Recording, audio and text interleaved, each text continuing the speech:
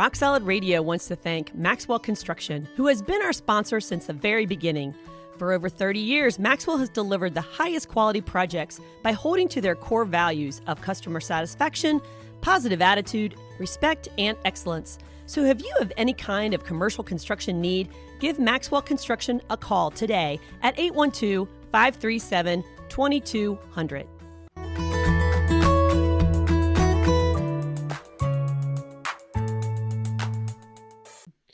Welcome to Rock Solid Radio. This is Merrill Hutchinson alongside of my lovely wife, Linda Hutchinson. I'm liking that jacket you got there. It's kind of fresh and springy. I don't know if I've seen that one. I'm forcing the spring. You're forcing the spring. The weather's not going to do it. I'm going to do it. All right. There you go. There you go. So what are we doing today anyway?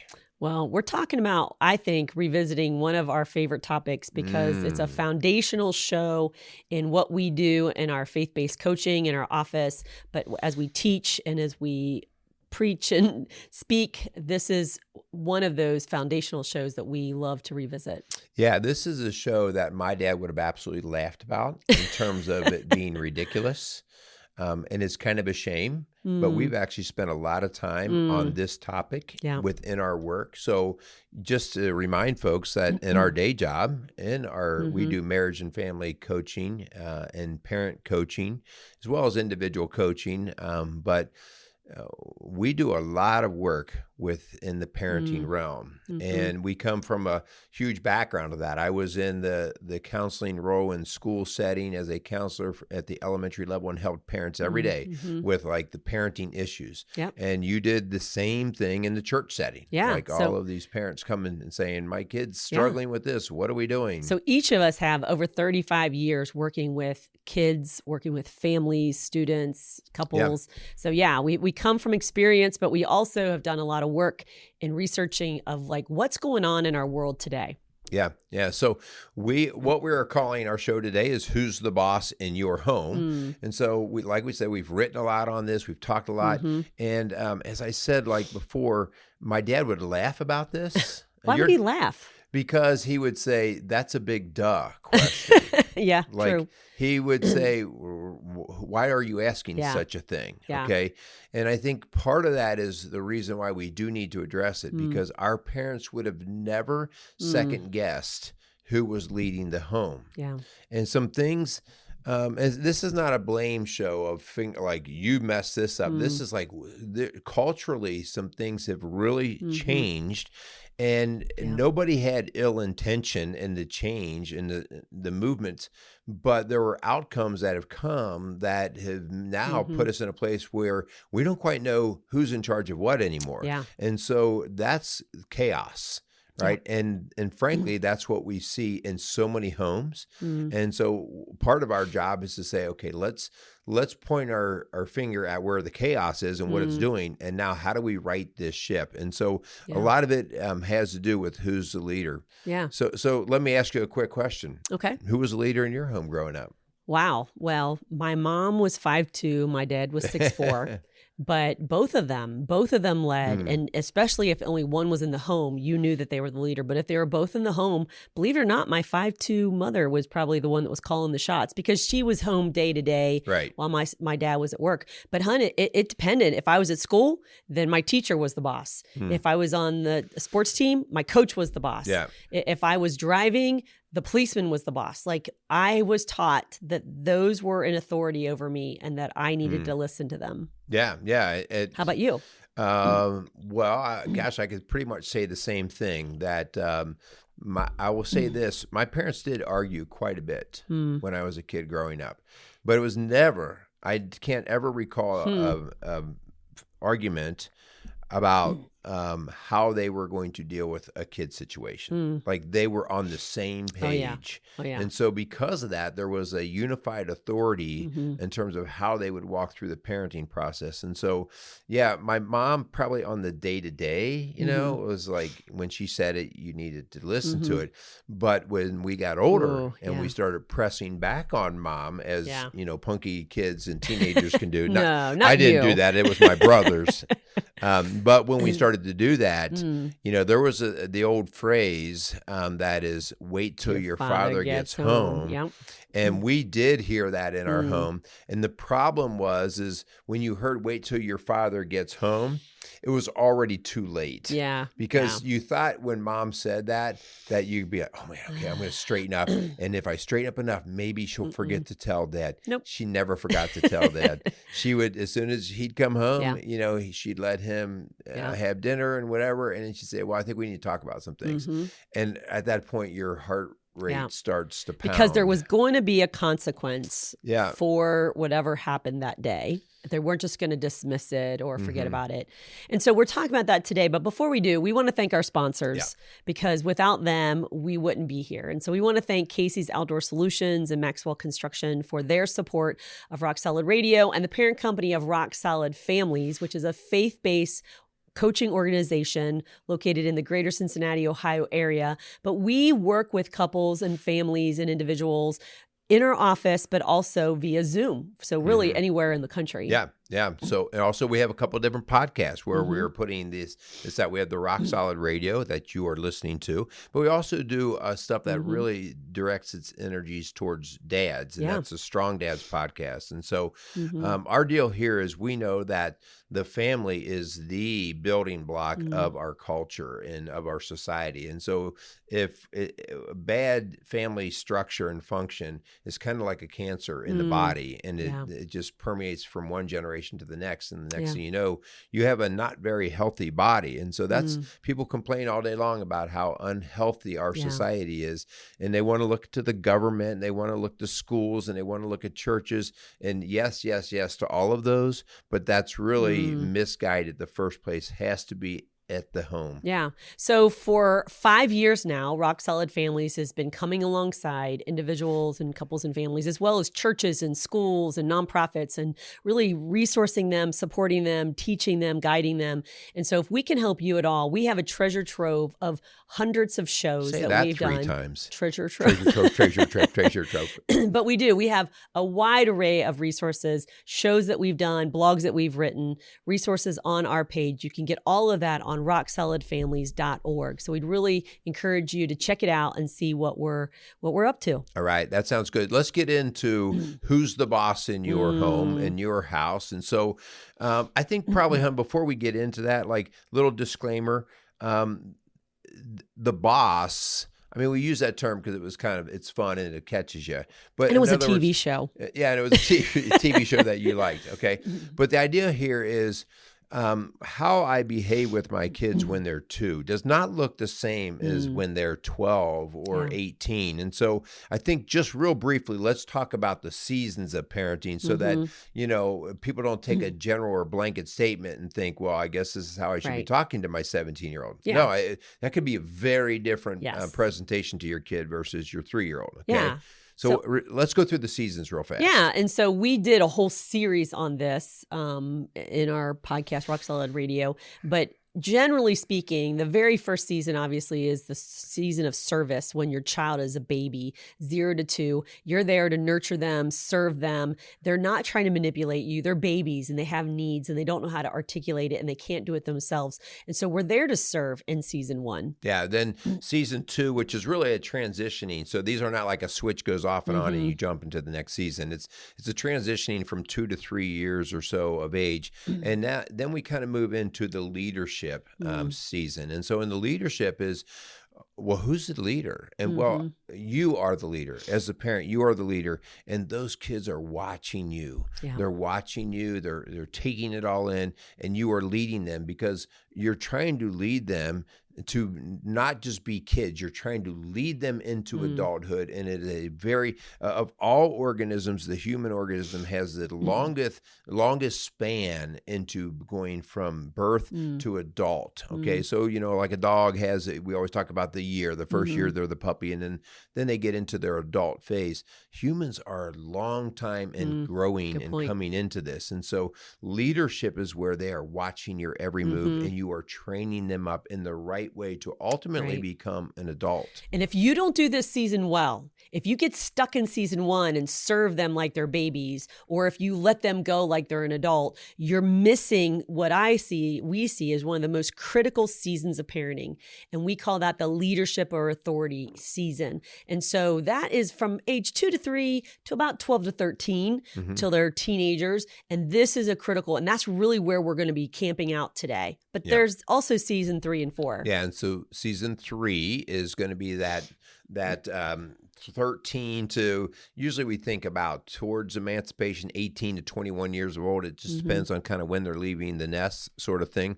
But it's that mentoring where you're actually now allowing them, you're showing them what to do, and then you're allowing them to actually get out and do and fumble and make mistakes and they will learn and learn in a way that they experience some of the more adult type consequences from it. But you're not holding their hand and saving them from everything. You're allowing them to say, okay, listen, I've been showing you for the last 13 years.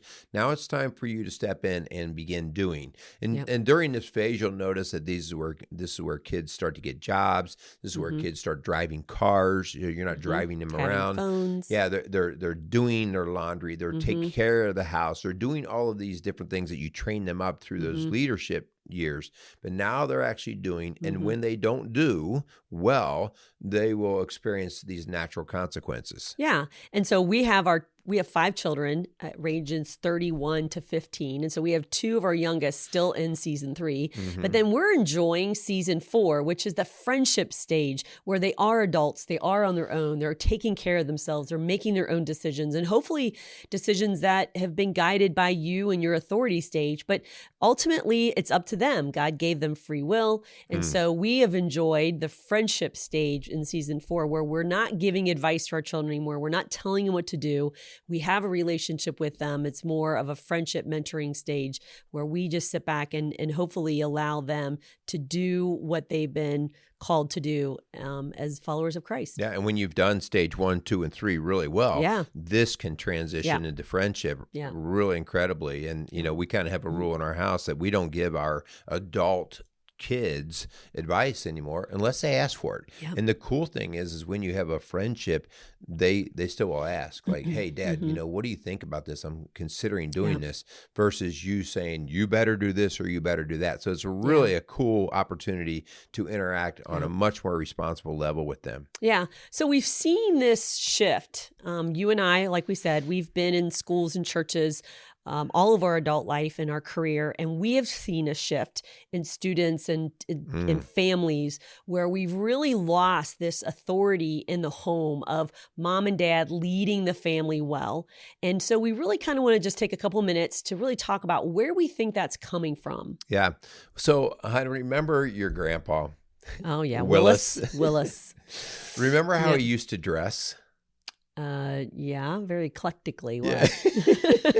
Was he ever in style? No, probably not. No. So like we used to be able to make fun of our grandma or grandpa because we'd be like, oh, grandpa, that is so out of style. Okay. And grandpa usually would answer with, so, yeah. So like, what's your point? Okay.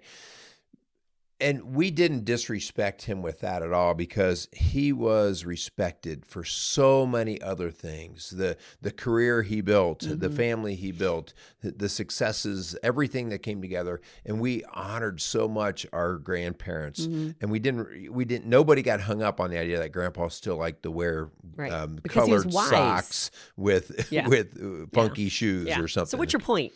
So our point is, technology and all of its goodness has also created an entirely different dynamic. And that is the rate of information doubling and technology experiences has just exploded. And because it is moving so quickly, this is not an insult. This is actually biology. The older the mind, the harder it is to be flexible to adapt to brand new things. Amen on that one. Okay? And so to give you the example, we now, as even at our age, with our kids, we say, "Hey, can one of you guys figure out the remote? I don't know how to use it." Shh, don't confess that. Can you show me how to do this on the computer? My phone's not doing this right. Can you guys show me? Yeah. Okay. And so because our kids have such an adaptable, flexible mind. Even our grandkids. Yes. Yeah. They were like, "Oh, our grandpa just did this." Yeah. And you're like, "Yeah, I feel like an idiot." Okay. Well, because of this, we have placed our kids almost in this artificial sense of authority. They know better than we do. Now, it's okay that your kids can do these things and you can't. But just because they are technologically very assertive and able to flex and move and adapt to that, they might be the authority of how the remote works. But they are not the authority of how we're going to use the remote in terms of choosing the shows and the programming of what we're going to use that remote for. And so this is where it gets into the parenting. Yeah.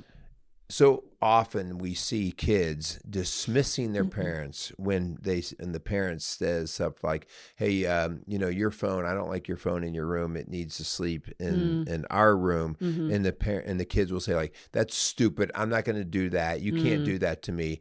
And the parents cave to it because they're like, "Well, I don't really want to push back on this with my kids." Yeah. You'll hear excuses like, "Well, I use it as my alarm clock." And so we'll hear that excuse all the time. We're like, go to Walmart and buy a $9 alarm clock. Yeah. And so we've got to start regaining our position and authority over our families and not to lord it over. And we're going to talk about the difference between authoritative and authoritarian, but to lead our family well. Your 8-year-old, even though they can work the computer better than you, does not have the maturity to understand the dangers of social media and why TikTok isn't healthy for them. You are the parent. We need you to step up and to lead your family well. Yeah.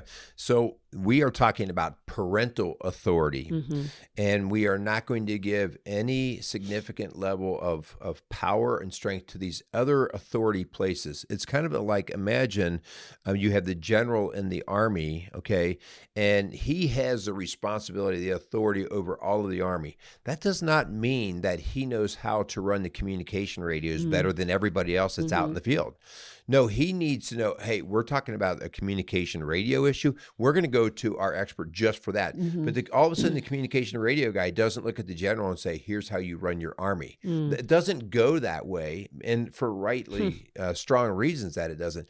But see, we have allowed our kids, because they're good at certain things, to all of a sudden allow us to feel inferior, and we don't even know how to combat that. And so they've trumped us. And so no more. We are reestablishing the parenting in the authoritative fashion. We can do a whole nother show, and we have done other shows on really the underneath part of that too, because a lot of that comes out of fear or guilt or comparison or approval. We want our kids to like us. We want to be popular with their friends. We don't want to look like, our child is, being outcasted by their classmates. And so we do things and we parent out of a sense of fear or guilt or obligation. And that's not how God has called us to parent and lead our family. And so we're going to give you 10 tips for establishing or reestablishing authoritative parenting. And authoritarian would be the dictator, right? Like, you're doing this and this is the only way, and like screaming and yelling. If you're screaming and yelling, that's not what we're talking about. We're talking about effective, authoritative parenting that's going to lead your family well. Yeah, it's emotional. Authoritative is emotional. Authoritarian is emotional. Authoritarian. I messed that up. Yeah. Authoritarian is very emotional, and it's that yelling and screaming, okay? But let's go to the authoritative, the very first part, the very first step. So parenting makes some assumptions that we used to be able to count on, and now we can't count on them. And that is unity between the two parents, where the two parents come together and they see that there is a common vision, a goal of raising this child and how they will raise them, what the actual plan will be. And so the very first thing to do is to align yourself together. Now that's tough. That's when we've got show all too. of these divorces and breakups and stuff. But I will tell you that even in those situations, we work very hard to try to get even divorced and separated parents to come together to say, for the sake of parenting, we need to establish the authoritative action in these kids' life. And that comes from both of you. And if you want to really mess with that, you just go ahead and start feuding among yourself between the two authoritative people. And right away, the child will become the boss, the authoritative one. It's like blood in the water to them. They love it. So one we say is unite with the partner, with the spouse, or with the parent. And then the second is to create a common value system, a foundation that you're going to lead by, okay? And like you said, hon, Christianity is a minority now. And so maybe you're listening and that's not your foundation. Whatever is your foundation, for us, it's God and his word. That's what we go to. That's who we lead with and what we lead by. And so you've got to create a common foundation of value system. If we don't, guys, again, remember, we want to avoid everything that causes division among the leaders, okay? And so if right off the bat, we cannot agree on the value system of our home, then right off the bat, the kid will see that they see the blood in the water, and they see that there's, dad doesn't really care if I talk like this, but mom does care if I talk like this. Well, I'll just do this around dad. Okay. And dad dismisses it when mom tries to correct it, or vice versa. And so important that we establish those common values. And like we've said, the Christian value thing is so important, because if we can't agree, we're going to go to God's word and say, well, whatever God's word says, that's what we're choosing. Yeah. So number 3 is clearly communicate expectations. Okay. Boundaries that are not communicated are no boundaries at all. So we've got to explain to our kids, and again, in a respectful, loving way, this is how our family rolls. You're not going to date till you're 16. You're not having your boyfriend or girlfriend spend the night. You're not going to be drinking in our home. Like, these are the expectations that you're going to get a phone not until at least 13. These are expectations that we've clearly laid out years ago so that everybody's on the same page. Yeah, we're not surprising them, right? Even if they don't like it. Last minute, wait. I know, honey. If they don't like it. Even if they don't like guys, did you hear that? Like, this is where we get swayed by our emotions. And so when we lay out something like, and by the way, if you lay it out early, the kids just know all along this is how it's going to be. But like, let's just say you come up with, man, this is kind of becoming an issue in our house. Maybe you say, you know what, we've decided that in our house, you're not going to get your phone until you're 13, 14, 15. And they're already hearing in 3rd and 4th grade that some kids have these phones, and they start whining to you. That's when the leader steps up and says, right now, we're not dismissing that you're upset. We get that you're upset, but we're not changing the value in our home. We are maintaining it. Please don't cower down to peer pressure because other kids are getting them. And then clearly communicate the expectations and boundaries. That's 3. 4th is clearly communicate the consequences. So for instance, one of the things in our house is, you're going to save money for your own car, your first car. And if the behavior and, you lead or you follow our authority well, then we will match your car fund. Consequences don't have to always be a negative, right? Like, the idea here is, if you do this, you will get something awesome, a great consequence. Okay. So don't get tied up with the idea that everything needs to be a punishment. We don't want it to be. Right. But we want our kids to know that these are some of the natural consequences that we're going to put out, and we are going to stick to them. Yeah. So 4 is clearly lay out, I guess I would say, rewards and consequences, right? If you don't follow. Number 5 is don't waver. Your yes needs to be yes. Your no needs to be no. That's biblical. And so and this is, you could see this in the grocery store all the time, where you tell their kids no candy, and then they get in the line, right? And they start throwing a little temper tantrum, and they're making a scene. And so you're trying to keep them quiet. So they ask and they ask and they ask. And the 4th time is a no, but the 5th time is a yes. Wow. You've just destroyed all of your authority, because now they know if I complain, you're telling me there's a chance, and if I whine long enough, you will give me what I want. Yeah, man, that's so powerful. Number 6 is the idea of being predictable and consistent. Now, that's not always a perfect thing, because sometimes life happens and you don't know exactly what you're going to do in that moment. But, for the most part, I talk all the time when I'm working with couples about fire drills. We do fire drills so we can can keep the emotions out of getting out of the fire and make sure everybody gets out safely. And so certain things we know are going to happen. There's a relative likelihood that something could happen. Like a tantrum in the grocery store. Yeah. And so beforehand, we want to say, listen, you know what? Last time we went into the grocery store, this is what happened. So before we even hop in the car to go to the grocery store, this is what I expect. And this is what will happen if we don't get what we expect. And we lay that very clear. When we then go to the store, chances are, depending on your kiddo, chances are they're going to kick back. Yeah. And the reason why they are is because it has to be tested. Right. I mean, sometimes time. We have kids that are so great, they go, okay, whatever you say. Okay. Yeah. But you get a strong-willed kid, which, by the way, that doesn't make them bad or evil. Okay. It just means they're like, well, I need to test this. And so at that point, as soon as that kid breaks the expectation, right off the bat, I'm not going, listen, didn't I just tell you? No. We are going right to, okay, kids, here's the consequence. Right. When we get home, this will happen, or we're leaving the store right now, or whatever it is. They know, wow, mom means business. Going back to the 4 on the reward and the consequence, the reason why we say both is that you want to use a balance and a combination of the carrot and the stick. Carrot is the reward. I'll give you this. Like, hey, if we're good today, we'll go to Dairy Queen on the way home or something like that. Or if you don't do this, then we'll go home and go in our room. So that's the stick, okay? And so that's the consequence, the painful thing.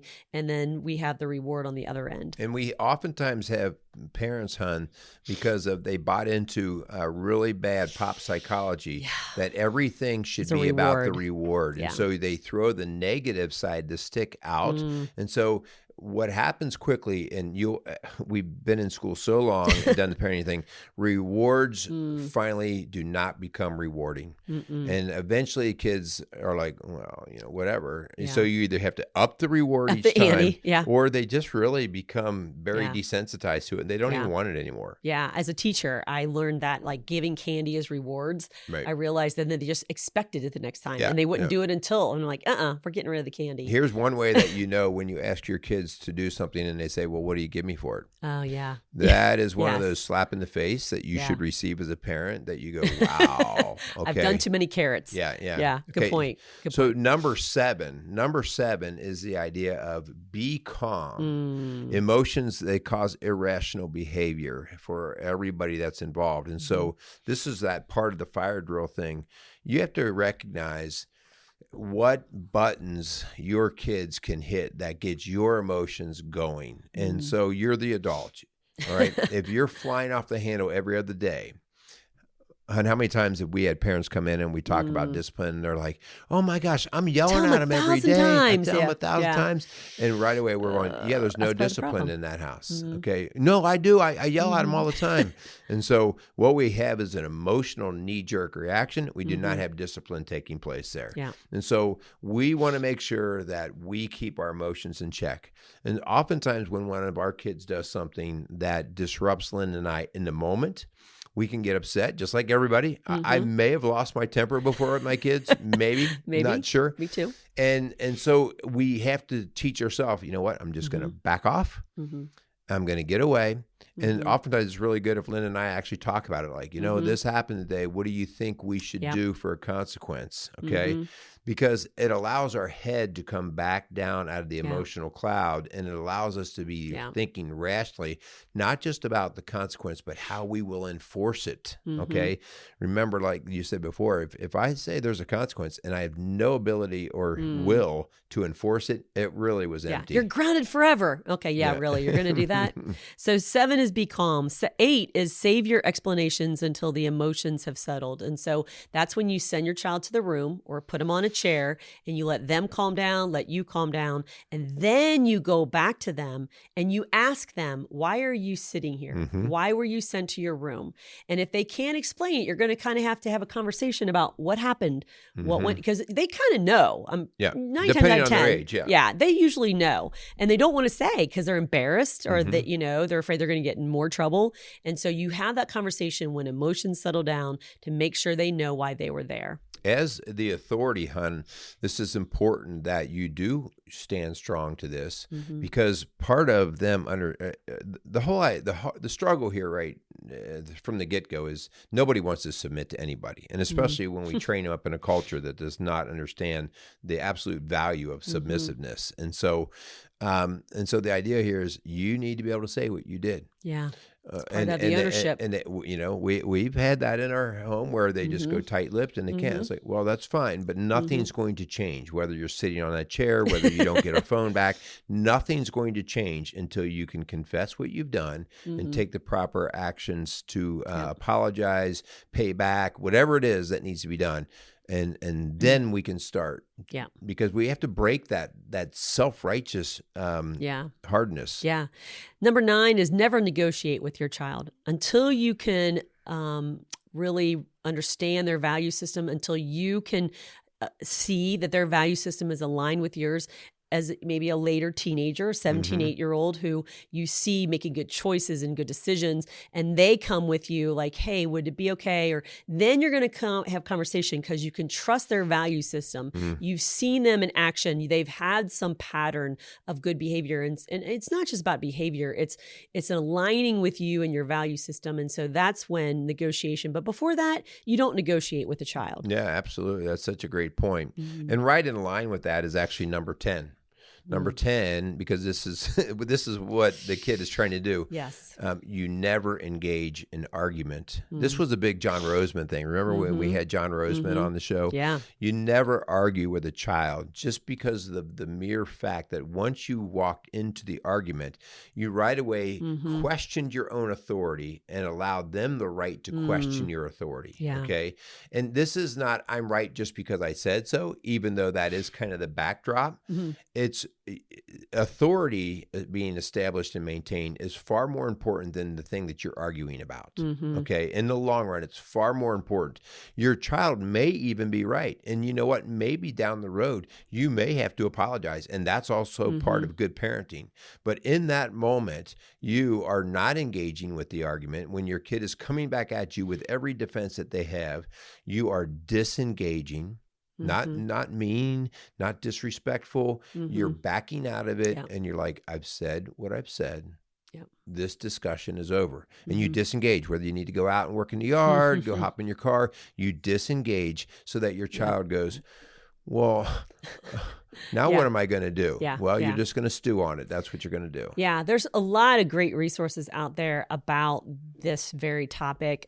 2 of our favorite authors on this, you mentioned John Roseman. He wrote a lot of books. You can see dozens and dozens of books, and he was on our show not too long ago. But he wrote one called Parenting by the Book, the book being God's Word. Right. So we really love that one. He talks about the seasons of parenting in there. And the other one that we've come across and we really love is Dr. Leonard Sachs, his book on collapse of parenting, because he really talks about this issue of restoring, re-engaging as the leaders of our home to help our children, because he has seen as a pediatrician over 40 years, the real collapse of parenting leading well. And so we believe that too. We see it in our office all the time. We walk alongside parents and families every day. And so we want to see you lead your family well. Yeah. Guys, I will take this back to the idea of you don't have to have all the answers. No. Okay? This is not about you being perfect and all-knowing. Only God is that. But it is because God is that we're asking you, as Linda and I have tried to work very hard, and we don't do it perfectly by any means, to tap into God's Word, okay? To, like, when the culture is making us second guess ourselves, to go back and read the parenting scriptures that are so clear, like Ephesians 6, 1-4. I mean, children, obey your parents in the Lord, for this is right. Honor your father and mother. This is the first commandment with a promise, that it may go well with you and that you may live long in the land. Fathers, do not provoke your children to anger, but bring them up in the discipline and instruction of the Lord. Guys, that's just not old-fashioned stuff, okay? It's tried and true. It's tested over and over again. And I think that's what makes us so, like, man, the older we get, the more we go, oh my gosh, that makes more sense now than ever. And so please, when you don't know what to do, go into God's word, talk with your spouse, seek his guidance, all right? Seek his word, and he'll direct you. So speaking of discipline, and again, this is about authority, so that you really don't have a whole lot of discipline issues, but God disciplines us. Hebrews 12:11 says, no discipline seems pleasant at the time, but painful. Later on, however, it produces a harvest of righteousness and peace for those who have been trained by it. That's what God does to us. That's what God's calling us to do as parents for our children. And that is what's going to create peace and harmony in our home. That's what's going to create a community and a society that is civil and that is kind to one another. Our discord and our world today, so much of it comes out of the discord and disunity that's coming in from the family. And we've got to change that. Man, powerful stuff, guys. So anyway, as we wrap up our show, if you're having some parenting struggles, and if we can help, then we would love to come alongside of you with that. We do an entire series that we call Rock Solid, or Families Rock. I'm sorry, I get all my rocks mixed up. Families Rock. We work with couples individually. We spend an incredible amount of time working with the courts and divorce situations and trying to, maybe this marriage isn't going to work, but we need to get the parenting to work, because this is going to grossly impact the next generation. And so that's why this is so important. So if we can be of any help with that, please check us out, rocksolidfamilies.org, or you can give us a call at 812-576-7625. Yeah, we speak at churches, schools. We can come and work with your families. We're here to help. So thank you so much for listening to Rock Solid Radio, building a stronger community, one family at a time. Make it a great day. Rock Solid Radio wants to thank Casey's Outdoor Solutions. Casey's is a premier garden center and gift shop located in Lawrenceburg, Indiana. They offer a wide selection of high-quality plants, landscaping materials, and home decor. They do amazing high-quality work and can help you transform your indoor and outdoor living spaces into something beautiful. So stop by Casey's Outdoor Solutions today and let them know you appreciate their support for Rock Solid Radio. Visit Casey's today at 21481 State Line Road, Lawrenceburg, Indiana.